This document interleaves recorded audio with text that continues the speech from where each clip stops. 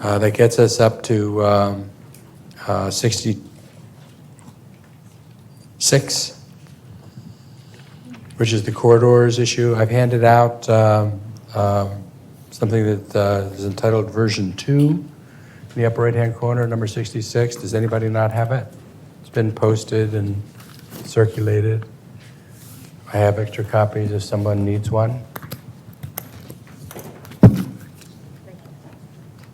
Get it to Vanessa in case you can't find hers.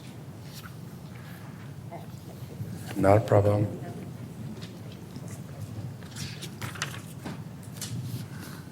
This is what's been posted. It's actually been out for a long time. There's a red line that's picked up many of the amendments that were offered to this item.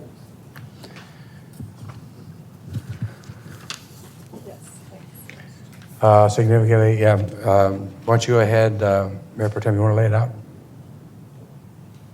Sure, I was going to make the motion, but you want me to? Okay, make the motions or I second. would like move passage.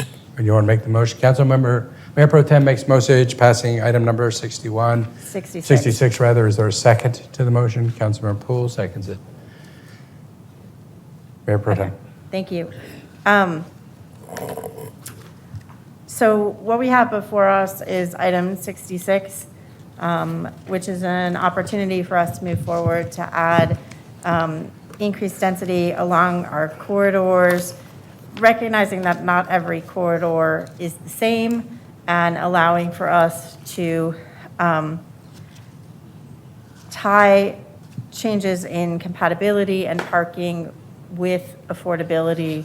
And I think that this is a way forward that in providing 3 different types of corridors, a light rail corridor, larger corridors, and medium corridors, and allowing for that transition. I think this resolution sets us on a path to achieve many of our goals that we share as a dais, and does so in a way that I think is fair and balanced.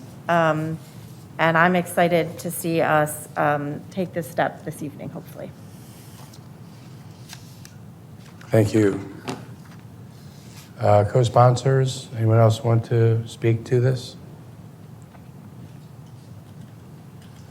There's, just for the record, because I know we've talked about this, there are certain roads and streets that the sponsors do not think are covered by the description of corridors that we have.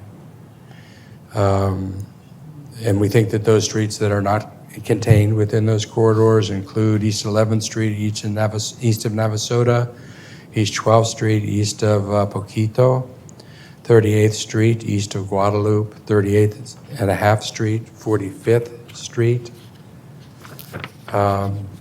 SH 45 west of Mopac, FM 1826, Berkman Drive north of 51st, Bluff Springs, Brody Lane, Davis Lane, Duval, Escarpment Boulevard, Enfield, Exposition, Koenig Lane, FM 2222, Lightsey Road, Metric Boulevard, Metropolis Drive, Old Torf, Pleasant Valley, north of Weberville Road, Rosewood Avenue, Ross Road, Southwest Parkway, Speedway, Spicewood Springs Road, St. Elmo, St. John's Avenue, Stastny, Steck Avenue, Terry Road, Westgate Boulevard, Windsor Road, Woodland Avenue, and Woodward Street.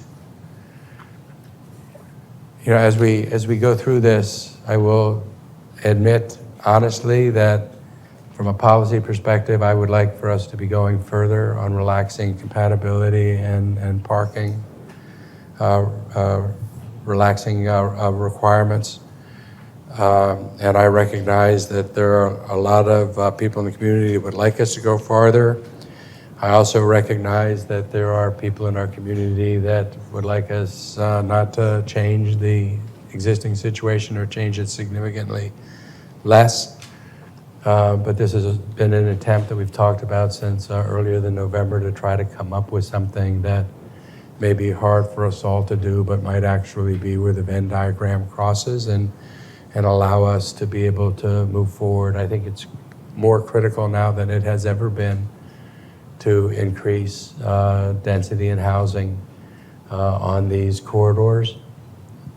And I think that's our existential challenge, and I hope we're able to move forward with this. And then I also recognize that the orange line goes up Guadalupe. I was asked the question about the impact that this would have in the Guadalupe district, Hyde Park area. I checked with legal staff that confirmed my understanding. Within the Guadalupe district, Part 12, Section 4 of the NCCD, it generally establishes maximum heights of 40 feet for properties north of 40th Street and 60 feet south of 40th Street. Additionally, while exceptions exist throughout the ordinance, maximum heights within the residential, Speedway, Duval, and West 38th Street districts are generally capped at 30 feet, and that staff will apply the more restricted provisions of an NCCD in the event of a conflict with base zoning regulations. So it just doesn't have a significant impact. Looked at the depth of the tracks on Guadalupe, and it just wasn't deep. I think even Wheatsville, one of the larger tracks, was about 150 feet. So I just throw that out there. And I hope that we're able to make it at least this measured movement toward relaxing, toward contributing to housing supply in the city. Councilmember Kitchen. Yes, Mayor, thank you. I appreciate the effort that went into this, and I appreciate the approach as you just described it. I think that was very helpful, and I really do appreciate that. I just have two questions, just so I'm understanding this. So the first question is that a minute ago you read out some list of streets, and I'm wanting to just understand, is that by way of direction to staff that those should not be included, or I'm not quite sure what happens with that list of streets. That's what I'm trying to understand. Well, I read it into the record because they're not exceptions. They're just not the streets that we've defined. But to make really clear so that people in the community weren't thinking that a street that was not in the identified elements might somehow or another be included. We had some challenges with that before. So the group decided not to include it because it's really not an exception, because it's not one of the streets listed. But some of those are. I think I'll go back and look at the list. And you read it fast, but I thought I heard one that was an Imagine Austin corridor, but maybe I was mistaken. So my understanding is that what y'all did is you compared that list with your definitions, and your understanding is that that list is not included in these definitions. That's correct. Okay. All right. My second question is then, I'm trying to understand the reference to the level 5 streets, major highways, because the reason I'm trying to understand that is because it's got in parentheses major highways. So I want to understand from staff that the staff is going to interpret this as the level 5 parts of major highways, because some major highways, the access roads are level 4, and the highway itself is level 5, or there may be other aspects of these major highways that are level 4 and 5. MOPAC, for example, has level 4 and 5. I-35 has level 4 and 5, and so does Ben White. So I'm assuming I'm fine with this. I don't have a problem with it. I just want to make sure that the staff is interpreting this as level 5 major highways. Just level 5. And to the extent that there's some level 4 involved, this does not include the level 4 areas. Because that's what I'm understanding was the intent here. Yeah, it's level 5 Okay. areas, level 5 highways. Cole Kitten, Austin Transportation. Our level 5s are in our street network map. It is the highway system. Some level 5 highways do have frontage roads, and those would be level 4s. Okay, So if you look at the map, all level 5 streets include 620, 360, 183, and the like. okay. But where there's a access road that's a level 4, this does not apply to those level 4 streets. That's not what I understand the intent to be, so I just wanted to clarify that. Why wouldn't you want it, if it's a level 5 highway and it's on a level 5 highway, I would think it would be included. It's not, according to you, what you've written here, and it's also, I don't think it's appropriate in some places. They're level 4 for a reason in some places. It's not everywhere along a highway. Well, but everywhere there's a frontage roads seem to be a different situation. A frontage road on a level 5 highway is pretty much part of the highway. Are you thinking about areas where there's not a level 5 highway involved? I haven't studied it, except I just wanted to note that there are level 4 areas. If there's a level 4 area that's not a frontage road on a level 5 highway, it's not to be included. That's why I asked for the interpretation, because you're now saying something different than what is written here. This says level 5. So I just wanted to be clear that that's what we were talking about. Well, I would think that for all the reasons you'd want it to be on level 5, you wouldn't want an intervening frontage road to displace that. Staff will speak to Mayor that. and Council, Upal Barua, Development Officer, Austin Transportation Department. So if you include level 5, that will automatically include the frontage roads, because if you look at our frontage roads, there cannot be any frontage roads without level 5 or highways being there. So if you note this as level 5, that will include all the highways. The frontage road is part of the level 5 highway system, Correct. yes. I just want to note that there are places on the map that say level 4. Maybe I don't, I couldn't zone in really closely to look at what those were. So it sounds like what you're saying is, if it's part of the highway system, it's a level 5. That is So- correct, Councilman. Okay, so I got that. And in places where it's, and the mayor has confirmed that level 5 is the intent. So that's what I wanted to check. Okay. Thank you. Okay? Councilmember Tovo. Trying to understand a couple of the amendments that I think are new here today. They haven't been offered yet. They're in your version that you just distributed. Is Oh, that the okay, base you're talking motion? about amendments, you're talking Revisions. some of the yeah, changes some that of the are red included lines. in 66, okay? So on page 3 of 5, number F, or letter F, it would exempt the following from compatibility regulations. The second one is any building that's just residential that has a maximum of 12 units and a maximum of 35 feet in height. That one I understand. I'm trying to understand the impact of I, little I. Any use permitted in an SF6 or more restrictive zoning district. So you've got, I'm trying to understand how use functions in here, but in any case, it sounds like then you would have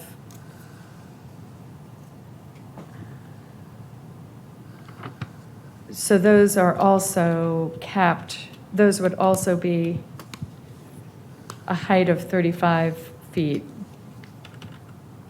But you're not specifying that these are residential uses necessarily. Well, it's a use that's permitted in SF6.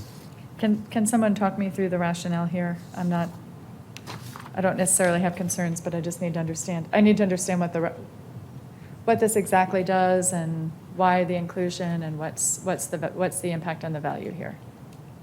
So I think this was Councilmember Harper Madison's proposed amendment that we incorporated, and it was my understanding that if you had a single-family SF6 use or something that was consistent with SF6, it shouldn't be triggering compatibility.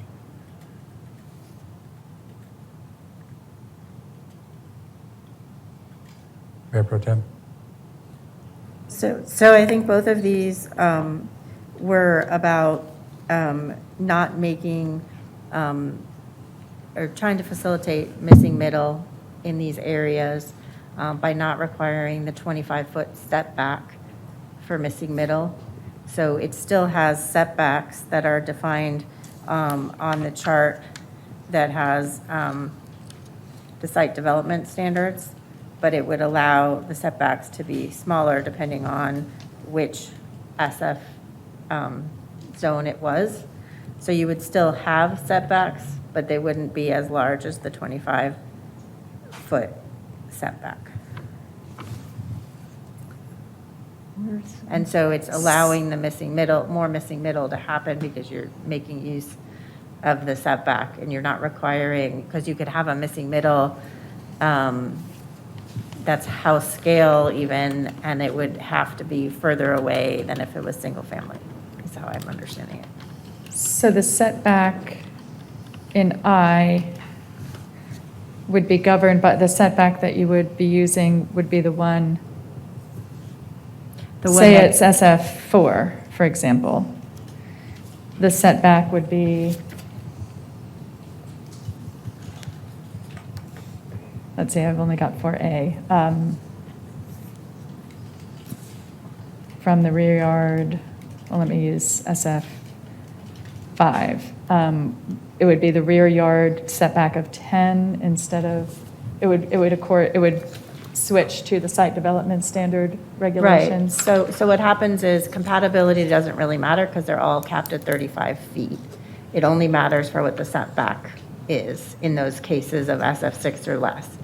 And so then what this is allowing is for that setback of the 25 feet not to, it's allowing them to build in that 25-foot setback. So the 100-foot, the 100-foot distance, et cetera, none of that matters because they're capped at 35 feet in their zone. Okay. And we don't have any bonus programs or anything. And so it's allowing the setback to not be 25 feet. Okay. So if you put a triplex or a quad or this, that you would be able to build it, only if it was on the corridors. This only applies on the corridors. But it's any use, it's not necessarily residential use. I mean, there are lots of uses that are conditional or permitted in zoning categories up to SF6 that are not residential. This, you're not specifying, or Councilmember Harper Madison in her amendment is not specifying uses that are residential. It's any use that would currently be permitted in SF6 or more restrictive. So it could be community recreation, other kinds of, anything pretty much on our chart, local utility services. I mean, it could be anything that falls within a use allowed in SF6 or more restrictive. It's not limited to residential. I think this also provides that if you were building an SF1 or an SF6 use, a use that was allowed in SF6, and you were building it in, say, an MF4 zone, that use, because it doesn't trigger compatibility, won't trigger compatibility.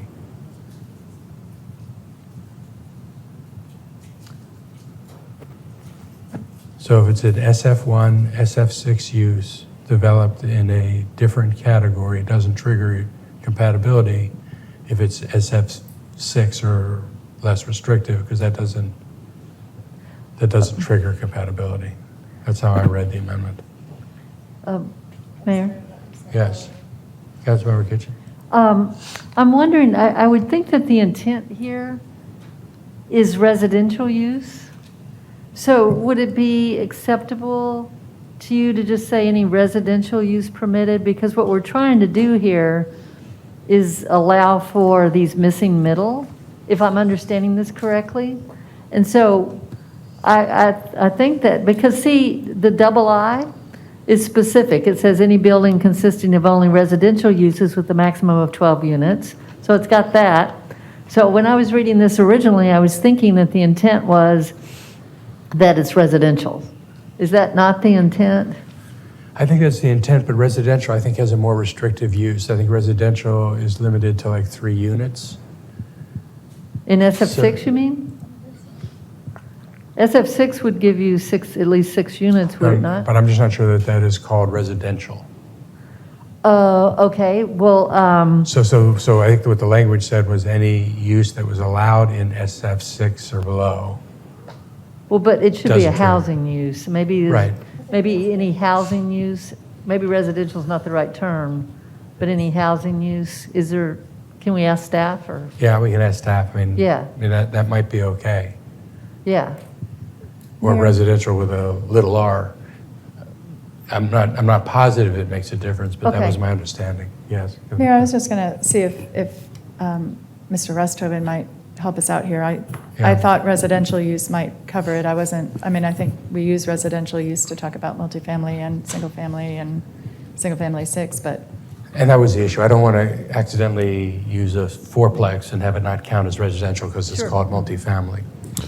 Council Jerry Rusto, Housing and Planning Department. We do have classifications in the code, categories in the code, if you will, such as residential, civic, industrial, commercial, that do have a variety of uses under each one of them. That is laid out in the code today.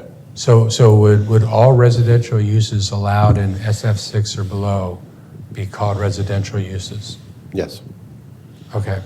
and for that matter, multifamily uses would also be residential, right? I mean, Yes, the that falls under- residential extends to anything that's not those other things. It's not industrial, it's not Right. civic. It has residential and it lists below it the different varieties of residential defined in the code, multifamily and condo and townhouse, et cetera, are listed under that header. So Mayor, would it be acceptable to you to just insert in little I any residential use? To insert in little I, Yeah, any residential use? yeah, permitted in an SF6, et cetera.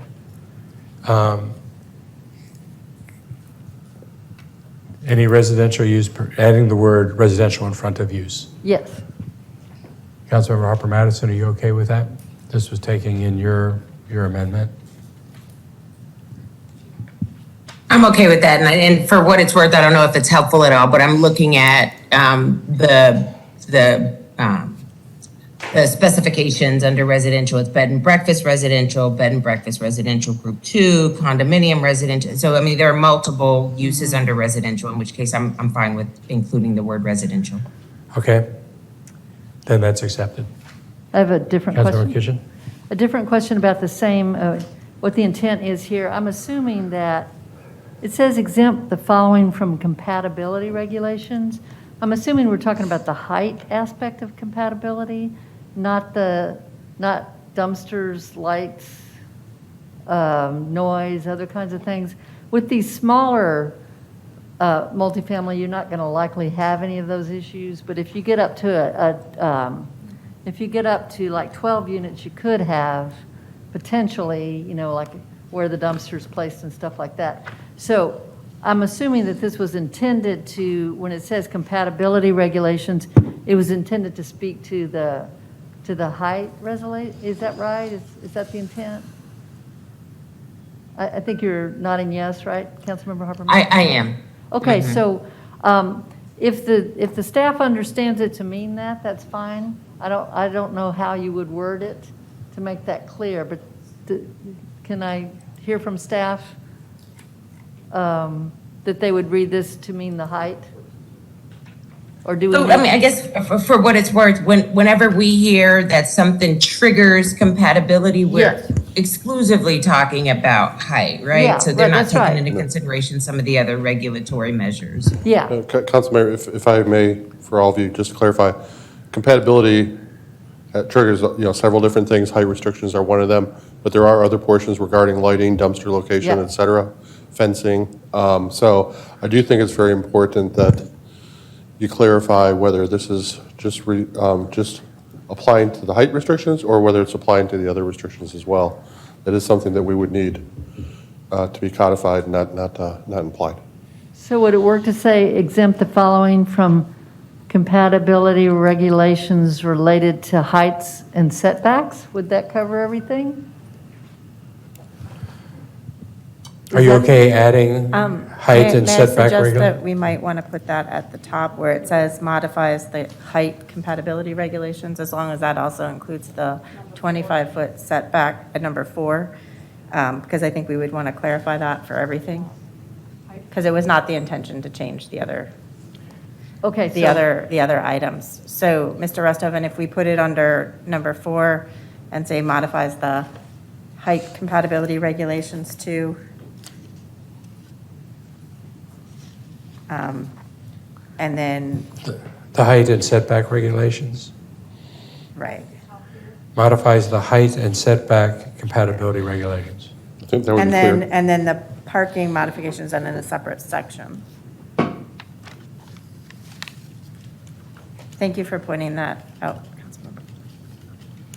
Okay, so number 4, say modifies the height and setback compatibility regulations too. So am I Any hearing? Are there side setbacks that we have to consider, or is that just in the zone? I'm sorry, what? It's I just want to make sure they're not other, because we've been talking about the setback for when you can start building height, and there are also side and rear Yeah, setbacks that we were not talking about modifying. So I want to, it seems like the height one would, the side setbacks are in the base zone. So as long as we're understanding that if we say modifies the height and setback compatibility, that we are talking about that kind of chart where it's 25 feet and then 100. Right. Is that clear, Mr. Ostovan, that way? Or Ms. Link?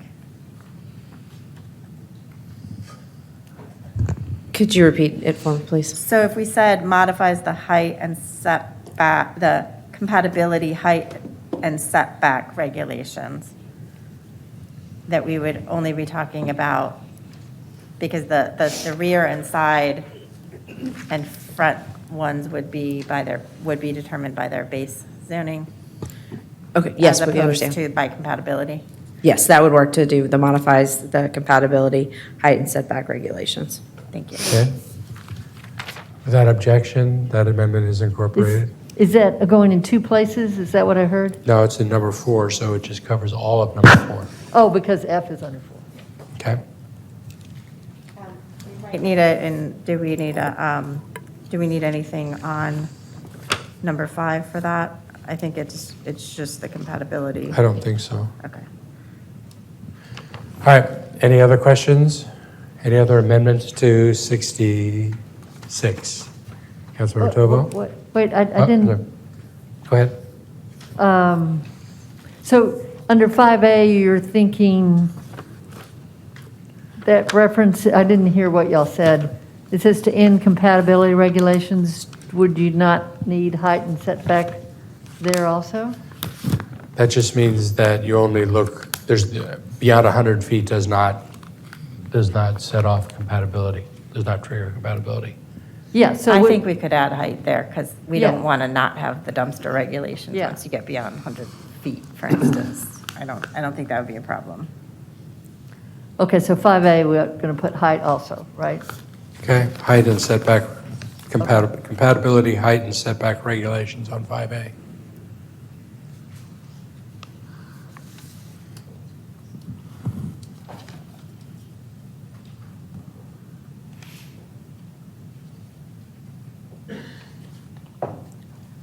Okay. All right, out of the base document, we can go to other amendments. Councilmember Tovo? Thanks, Mayor. I distributed a motion sheet with 2 quick amendments. The first prohibits type 2 and type 3 short-term rentals in units along these corridors. There's been a lot of work from the working group, and I appreciate it, on thinking through compatibility and how we might adjust compatibility in reasonable ways to create more housing and to make sure that that housing stays housing and doesn't become hotels. I think we should take action and prohibit type 2 and type 3s along these areas, along these corridors. The second amendment asks for some additional tools to help understand how compatibility will look, how the development post these compatibility changes will look on different lots, sizes, and depths. So, we've gotten some charts which are useful, and I appreciate the staff providing them. Sometimes they're to scale, sometimes they're not, but I think we need to see a couple, not, I don't think this adds time, I don't think it adds expense, just some modeling and some visual illustration of what some of the, using different lot depths and different lot sizes, which I think vary a lot depending on whether you're in the central city or in the south or the northern part of the city, but taking some different kinds of lot sizes and depths, map out and provide us with some illustrations there. So those are my amendments, and I can offer them together or separately.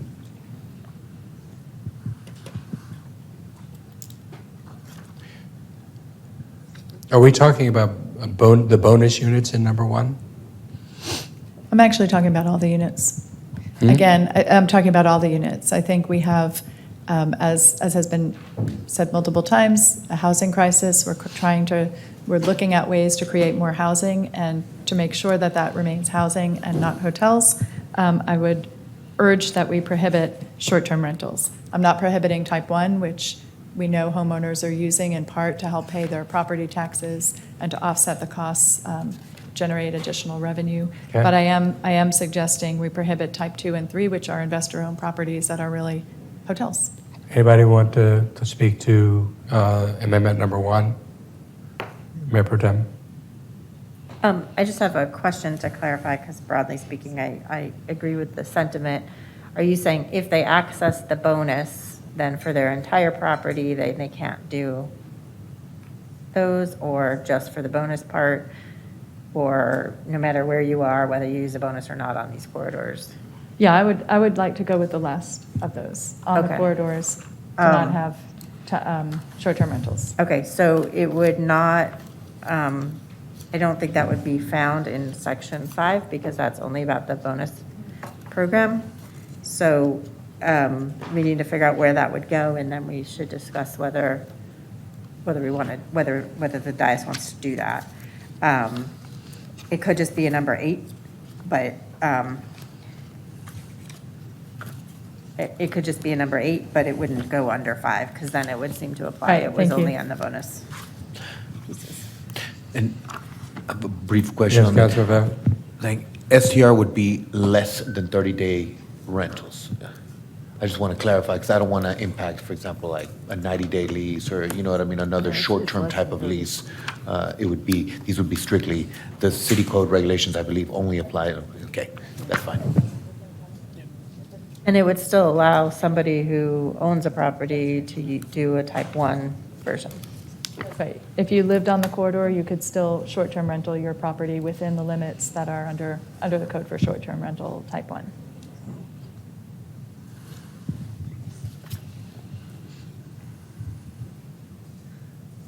Any objection to this item number 1? Or we're going to create it, though, in a number 8. Prohibit type 2 and type 3 short-term rentals use in units along these corridors.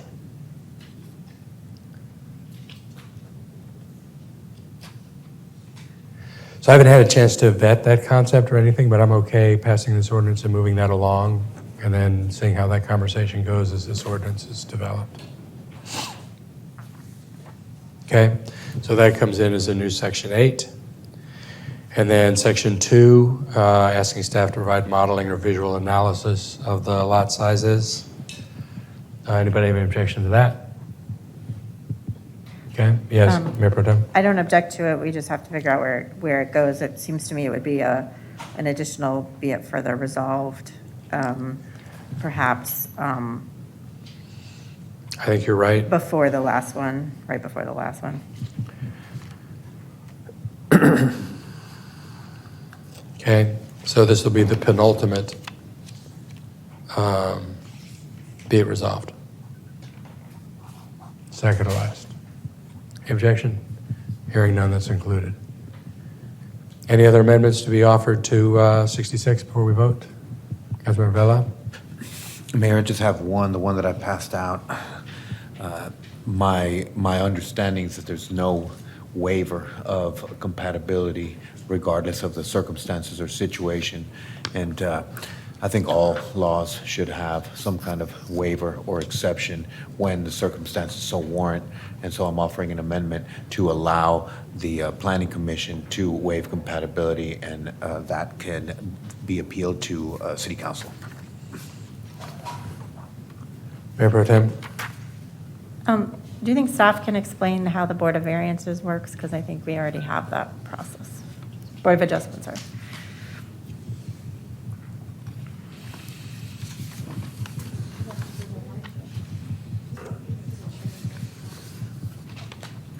Generally speaking, the Board of Adjustment grants variances to site development and use regulations in the Land Development Code 25-2. They do that when they make a finding that there is a hardship in a particular case. So I have a question. Would this be available, if someone wanted to get a variance here, would this be available for a Board of Adjustment variance? Yes. Yes. And I have a question. Councilmember Kitchen? Okay, so if I'm hearing correctly, this would be the board, this citation is a reference to the Board of Adjustment, is that correct? Is that correct, Ms. Lee? In the draft, in the motion sheet, Yeah. it says Land Use Commission. Okay, so this would be in front of the Planning Commission, right?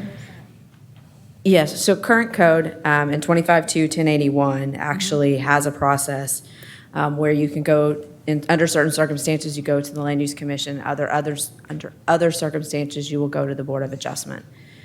So we could do something the same, apply that same to these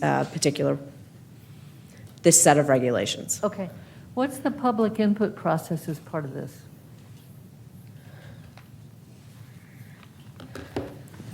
Or is there a public input process as part of this request? So because it would be a public hearing item in front of a Land Use Commission, it'll follow the notice requirements that they follow. Okay, If it's in front of the BOA, they will follow the Board of Adjustments notice procedures. okay, and so what would determine which one they go under? Is it the type of request or something, or? That's all right, if you don't have it right there. I assume it's something, maybe Jerry knows, or? Councilmember, I believe you're referring to, there's a certain section of the code that allows the compatibility to go through Planning Commission as opposed to BOA. With regard to your question about what's the difference as far as public input to those two Yeah. go, of course, they both have public hearings, like Yeah. we're having here today. But there is a major difference with regard to the Board of Adjustment, because it's considered to be a quasi-judicial board, you're not allowed to lobby. Okay. Any side's not allowed to lobby, not the public, not an applicant.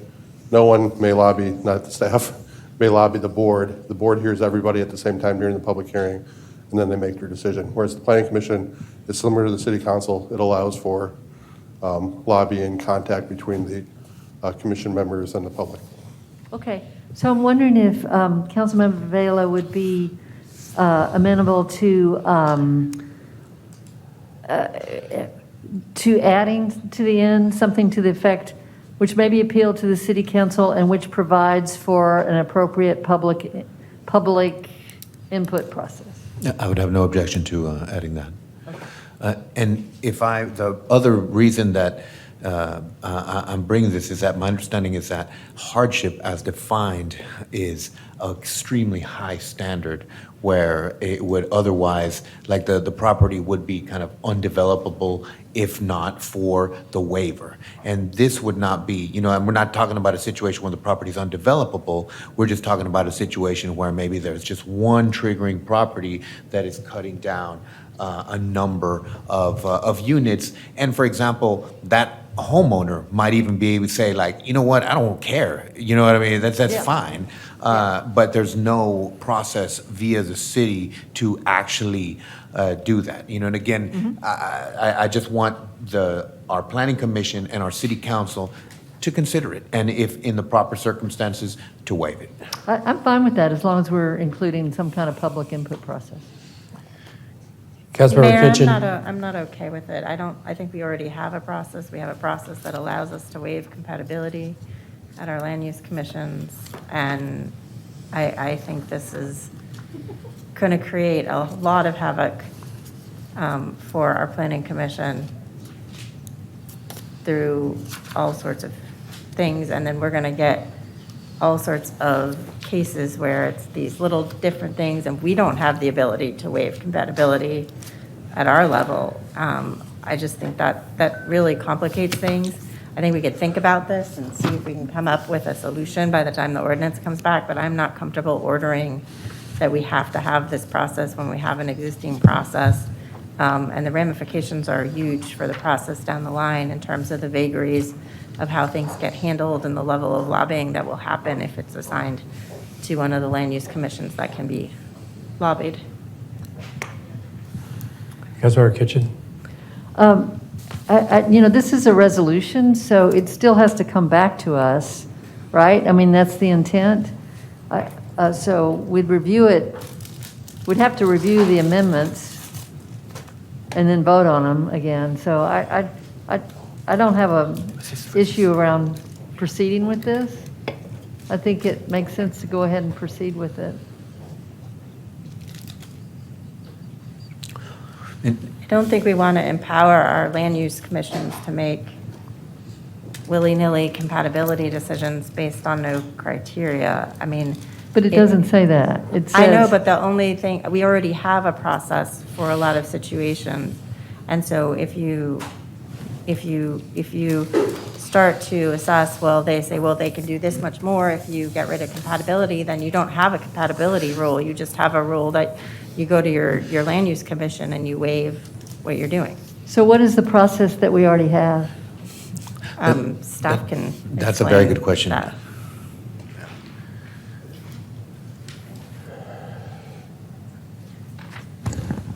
Okay, and I'm looking at a version I can actually see. Okay.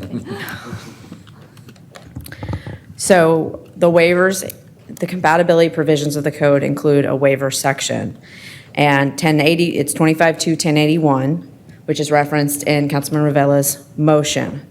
And it authorizes the Land Use Commission and on appeal to council to waive a requirement of the article if the Land Use Commission or council determine that a waiver is appropriate and will not harm the surrounding area. There are some parameters around the Land Commission or council can do in terms of a setback. It also addresses when the Land Use Commission or council can address a height restriction. And then, sorry, it has another limitation about the authority related to height. But on top of all of it, it doesn't prevent someone going to the Board of Adjustment to make a variance request. So there is a process in place. What we would do if this passes is we would ensure that this particular set of regulations would be able to utilize the same process in 25-1081. So I'll tell you what my concerns are, and you tell me how to deal with them. Right now, the waiver provision says you can waive things, but then it puts in parameters for when you can waive or not waive, what kinds of things can be considered or not. And I think by putting in those kinds of direction, people know kind of the field within which they would be, potentially things would be waived. If you want to go outside that, you go to the Board of Adjustments. I'm concerned that if we begin this summer with a waiver position that doesn't have any parameters on it, that we're going to spend the next 2 or 3 months hearing from people that we pass something that would enable the Planning Commission to totally disregard compatibility standards and just waive it in all cases. Not that that would ever happen, but that would be allowed by a strict reading of a waiver provision that doesn't have any parameters or limitations. And I'm concerned about what happens in the public debate over the next 2 months if we have that. I think what I would rather have, Councilmember Vela, would be to have this concept developed and made part of the process so that it could come back from the Planning Commission with a waiver provision that had parameters in it that had gone through that process, rather than I just see myself with thousands of emails from constituent groups going to other constituent groups that I'm sending off emails sort of saying, but that would never happen. And the answer is, well, it could, because that's what the words say. So I'm inclined not to support this now, but urge you and others to develop that as part of the ordinance drafting process and bring it back. I fully understand that, Mayor, and my goal would not be to complicate the working group's draft, and I'm going to go ahead and I'll withdraw the amendment, and I will look to maybe have the planning commission initiate something or take another look at the waiver process for compatibility, and go ahead and let this process kind of finish, and then maybe we can pick up another process down the road. Thank you, I appreciate that. Mayor Pro Tem?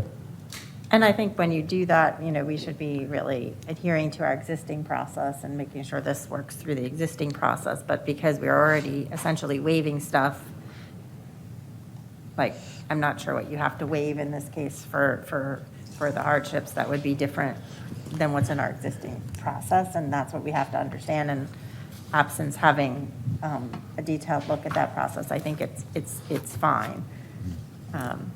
So let's develop and come back. I think there might be ground there. Councilmember Kelly, thank you. I just want to make note that it's 10 o'clock and we should probably vote to continue. Thank you. Is there a motion to go extend the work past 10? Councilmember Renteria makes motions. Is there a second? Councilmember Ellis seconds it. Is there any objection? Seeing none. Abstain. I have to abstain just to keep my record. Council Mayor Pro Tem is abstaining. There were no objections. We will proceed past 10. But let's see if we can move quickly. Thank you. Any other changes to 66 before we vote? We've lost Kathy. Where'd Kathy go? I think she just stepped away. I think she just went to the back for a moment.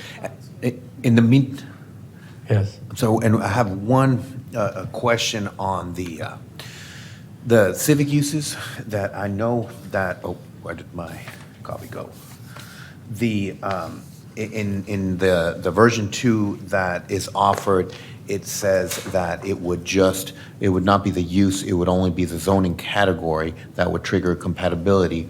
However, my understanding is that there are, for example, civic uses. I believe Camp Mabry is SF3. I think that there are churches and other organizations or other, that are SF3. There's not an SF3 use on the property, but it is still triggering compatibility as a zoned SF3. So what about combining, saying that, it has to be both an SF zoned property plus a single-family use, not a church, for example, on a single-family zone property, or not, some other type of kind of civic use on an SF3 property that's triggering compatibility. I know that has been an issue with a handful of properties, and it can be, it can be a real, it can be problematic.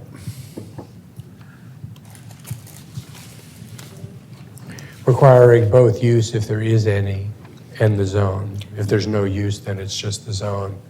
Yes. If there's a use, then it has to be use and zone. That's what I would be. It would be both SF3 zoning and SF3 use, not SF3 zoning that is used by a non. That makes sense to me. Let me check with the other colleagues. So what is I'm sorry. And Wait, Jerry, did let you him have something answer you the want to question say? first. I believe Councilmember Poole was about to ask me a question. So. I thought it would be helpful for you to maybe give us a little bit of information. Sure. So I think the example Councilmember Velo raises has occurred in the past several times, as he said. I personally don't believe it was what compatibility was intended for, and it's true that churches are allowed in every zoning category in the city, including single family. So we have had situations where churches on single family zone property did trigger compatibility. We always looked at it as intended for residential uses as opposed to religious services use. So that amendment to me would make sense with regard to You're saying the amendment would churches. make sense. Yes. And Mayor Pro Tem? So I would like to say, like, maybe we can do it as what we have in terms of by the zoning and then explore the combination. It's likely fine and I can do, 100%. I know we have some schools that are triggering in some areas where this matters, but without, I don't know that it doesn't create a problem.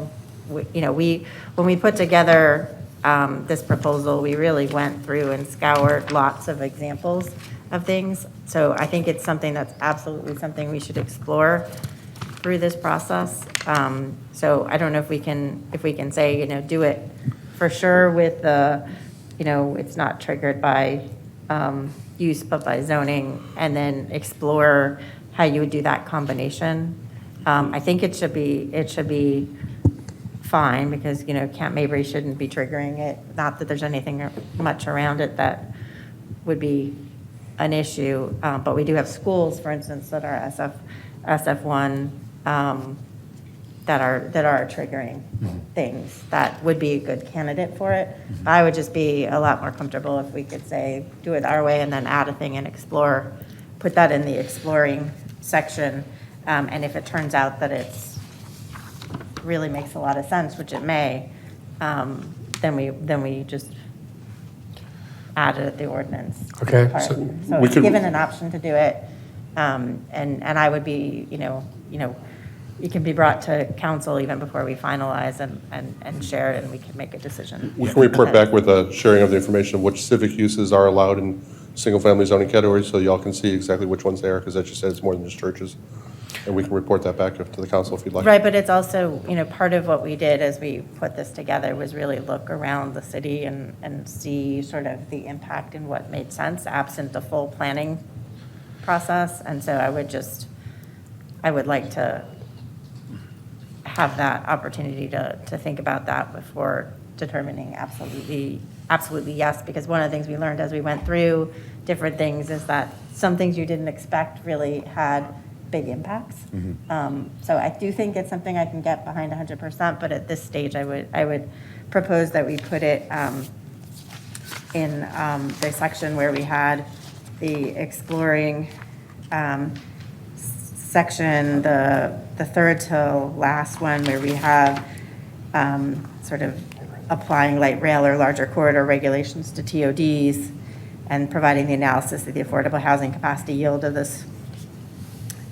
what about putting in a number 5 that says explore limiting triggers as concerns civic uses and also non-residential uses in residential zones?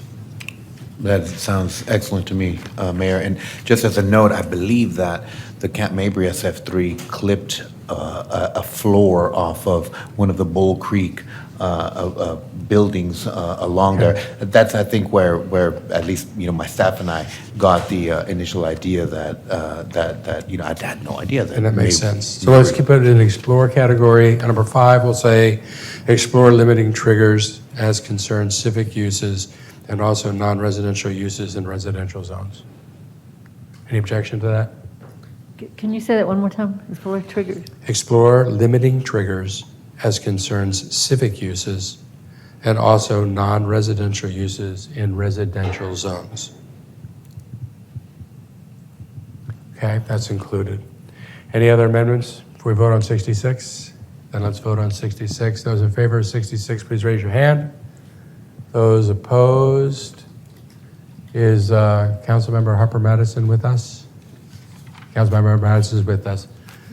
So I see that's unanimous on the dais. 66 passes. Good. Actually, Mayor, my hand is raised. There was one of my amendments that we didn't cover. Okay. And it was the first one.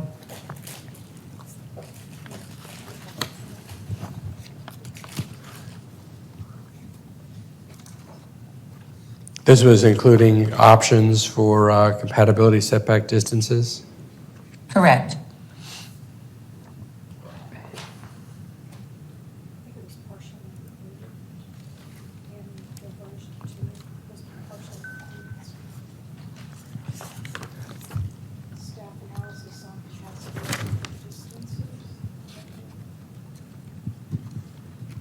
We included the provide analysis of the affordable housing capacity yield of this resolution in the third to last be it resolved, as opposed to the other options. I don't think that was her amendment, though. Councilmember There- Harper Madison, are you talking about that, the one that you posted on the Yes. message board? It says include options for compatibility setback distances of 25, 50, Yeah. 100, reach 65 feet sooner. My only concern with this was that we're trying to send a message to the community that we're trying to find that place where the Venn diagrams overlap. And we're going to be Right. gone for the next 2 months, and I'm just real concerned about a community that gets wrapped around the axle for the next 2 months, thinking that we're going to do something with compatibility at 25 feet or 50 feet. I don't think that's where while I would do that if it was just me, that's not kind of what this exercise is, and I'm just afraid that that would involve us in a community debate or discussion that wasn't on point, and we would lose momentum. But I do think that asking the question about what is the yield with these other options is a fair question to ask. And that's the kind of thing that each of us have the ability to ask staff, and we, in fact, are asking staff to come back with that data. So we would have that data and that information. And certainly, if the consensus point changes, someone could move to amend this later on. But in this statement, we're saying at this point where we think the Venn diagrams intersect. So my request would be that we don't try to trigger something that is different than trying to reach the compromise. We put in here getting the analysis, and we are all asking for the analysis of these different distances, so we'll have the information in case there's a consensus or movement to amend this as part of the ordinance approval process. Mayor, Yes, Councilor Vella? may I make a suggestion on maybe the provide analysis of the affordable housing capacity yield of this resolution, maybe, and other possible compatibility options, or, something to that effect where, this goes from the VMU analysis that staff gave us, which I thought was very helpful, where they were talking about the compatibility limitations on VMU and the map that they put together, and then saying that if you do it at this level, we capture 30% of the properties, and then at this level 50% of the properties. From my perspective, and I think just from a policymaker perspective, that was very helpful. And I think you might be onto something there. I don't want to call it an option because I think that'll get into it. But what if we said, provide analysis of affordable housing capacity yield of this resolution and other compatibility distances? I think that language is fine if Councilmember Harper Madison is okay with it. I guess I just want to make certain that my intention is understood. Mayor, I heard what you said, and it kind of sounds to me like you're concerned that my attempt is to sort of stymie the process, but I really am just asking for information. And so hopefully that's how you understand it. Well, I was seeing the word options and other things, and that made me think it was like alternatives, and I didn't want to go to options or alternatives because this resolution is about this, and the standards we have here represent where we think the compromise is and where the Venn diagrams cross and where we might get a higher number of votes. I just want to make that clear that we're not passing this with an intent to consider other options or alternatives.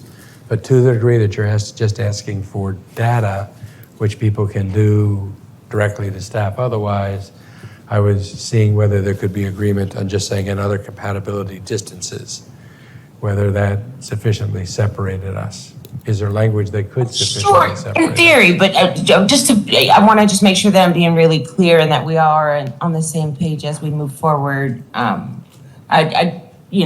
already said before that, I say it all the time, these land use conversations, they really involve a lot of complex concepts that can really fly over the head of our constituents and lay people. And I think, as we wade through these super thick weeds, you need to be a subject matter expert to really hack through it all. So I think, given that as council members, we have so much on our plate consistently, so many considerations, the budget, public safety, public health. I think, we're trying to guide the construction of a world-class transit system. I think our bandwidth is stretched pretty thin.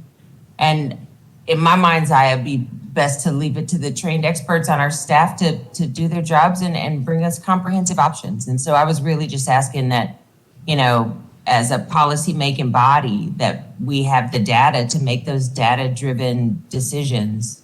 In which case, I certainly wasn't, making any attempt to have people be fearful that we are initiating anything that we hadn't discussed with them. I do want, you all, my colleagues, and the general public to understand that I just really would like to know, based on expert-produced data, what some of the options could be. So let's do this, because I have Rodney sitting next to me here, and I asked Rodney,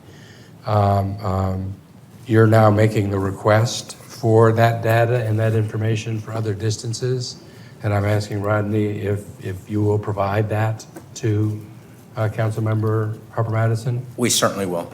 Okay. Yeah, if we take it as a request, we'll provide that data. Okay. I think you should consider it as a request, because we've all heard it, and probably she's not alone in making that request. So my question for you, Councilmember Harper Madison, given that and the commitment just made by Rodney here in open session, you're going to get the information and data as you just said. Are you okay then not putting it into the resolution itself? Oh, it feels like the conversation is just between the two of us right now. I wouldn't mind hearing from some of our colleagues to gauge from them, how they're feeling about moving forward with it as a part of the resolution, or just information that we've received from ACM Gonzalez and staff. Sounds good. Mayor Pro Tem. I think if you submit a question for data from staff, they should present it to you, and I would prefer to have it done that way.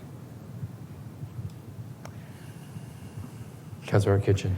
I would suggest it would be data that would be presented to the entire council, and there would be a recognition by the council that it could be data that we might want to use when this comes back to us. Okay, could you please provide that information, Gonzalez, to everyone? Absolutely, and just to be clear, that was our intention, was to provide the response to all I the figured it council. was. I just want to specify, but I think that Councilmember Harper Madison is also asking to have information that she or others may want to point to when this comes back to us. There would be nothing stopping anyone from doing Okay, that. just want to Yes. put that on the record. Okay? Thank you, Councilmember Kitchen. I appreciate that. Thank you, Councilmember Harper Madison. Mayor, Any other yes. amendments to the 66? Councilmember Kitchen. We had a conversation that, at a work session that I don't see reflected in here, and so I just want to raise it again. It may be similar to what we just did. It may be a direction kind of thing, as opposed to any language. We had a conversation about the importance of our city policy to provide opportunities for affordable housing throughout the city. And we also had a conversation about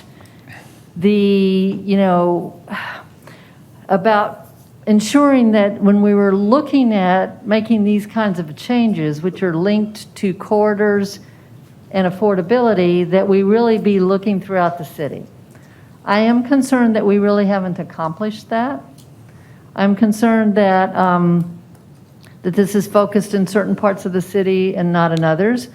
I think that's just a function of the way that we have defined things in the past.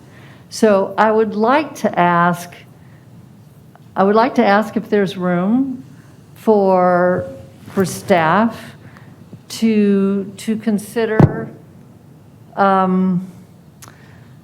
something along the lines of considering or exploring additional transit corridors as needed to promote the city's policy to locate affordable housing throughout the city. I'm just asking if there's any, I don't think we've addressed that. And I'm requesting or asking if there's room to have that conversation when this comes back to us. And I would throw that out for my colleagues to see if there's interest in either a direction or adding some language to that effect.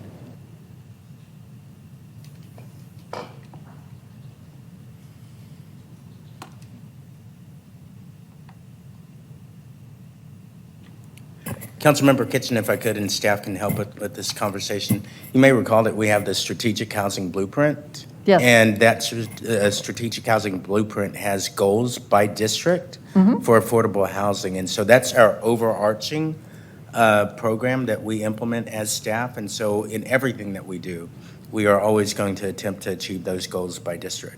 Okay, so I'm hearing that to say in everything we do. So here we are looking at making changes to compatibility along specified corridors.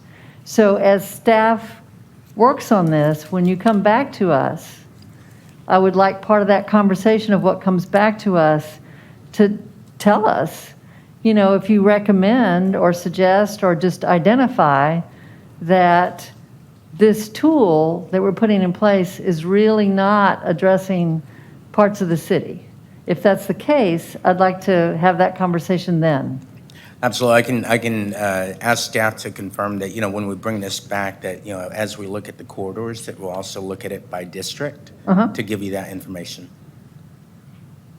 Okay, if I'm fine with that, as long as I'm just wanting to let my, I'm the only one talking here, ask others if it's just me, but ask what others think. But I am concerned. I don't see this as really, if someone, anyway, if the information comes back and says, well, we've already got a lot of affordable housing in certain districts, we don't need to worry about this tool, that's great. But if it comes back and says, we're using this tool and we're not using this tool in parts of the city where we're really not getting much affordable housing for our goals, then we really ought to have a conversation about whether we ought to use these tools. That's all I'm trying to say. Okay, sounds good.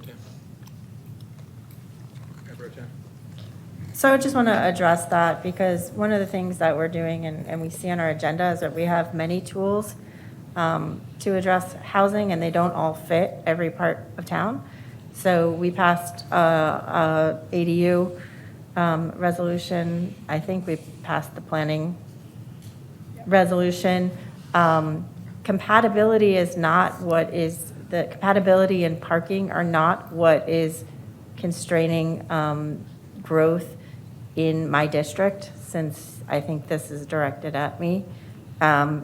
We looked at several places that are not included in this, and changes in compatibility and changes in parking. They don't have any transit. They're not constrained by compatibility. Their underlying zoning doesn't go above a certain amount. So really, the planning district process, the ADU process, those are better tools. The process that we're undergoing with UT, those are better tools for addressing the growth in other parts of town. This tool itself, on its own, is not going to get there. And it won't, one could add it to make one feel like we're doing more on other parts, but it's actually going to have zero impact. And it's just because of what's there on the ground. And if we want to move forward, we have to be using those other tools. That was not I was not trying to focus on District 10. That was not my intent. But my intent was just to ask the question about whether this is a tool. It's really to ask the question that you just raised. Is this a tool that really we should use in other parts of the city? That's the question I'm asking. Maybe it isn't, or maybe it is. I just want us to be open to having that conversation, that's all. We do have transit identified corridors in other parts of the city that we didn't include in here. We didn't include our transit priority network for good reasons. But there are other roads that are part of the TPN that might be appropriate to include.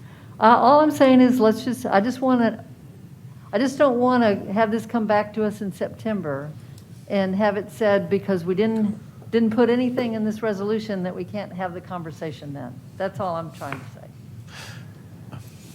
And I'm comfortable at this point letting that develop as part of the ordinance development process. I think it's a good Okay. point to make, and as the ordinance goes through the process, it can be further developed by other stakeholders involved in this process and other processes. Sure. I would suggest we pass this and let's move on. We have. I think some- you've got some one things. person over there that wants Yes, to. Councilmember. I just wanted to agree. I was making very similar arguments on Tuesday, and I think it would be helpful and very reasonable to have, staff maybe look at what other corridors we could roll into as part of this process. Particularly, we've got a lot of transit. For example, in my district, my entire district is core, is medium and large corridors. But other districts don't. We do want to, put housing there too. So I just want to say I would be very supportive of what Councilmember Kitchen is proposing. And what we tried to do, and I'm fine as we go through the process, if people can come up with even identifying specific roads that they think ought to be included. If there's, we were trying to come up with categories. We were trying to come up with something that we could apply. It's difficult. But certainly in this process, they could come back to us from the planning commission with a specific road on it that Okay. wasn't included. And there's nothing to stop that from happening as part of the process. All right, let's go ahead and take a vote on 66. Ready? Those in favor of 66, please raise your hand. Those opposed? It's unanimous on the dais? Is that right? Okay. We did? Okay. Well, again, it's unanimous. But then that's right. But then Councilmember Harper Madison recognized or pointed out to me that she had her hand raised, and I didn't call on her, so we doubled back. All right, let's go on to the next item now.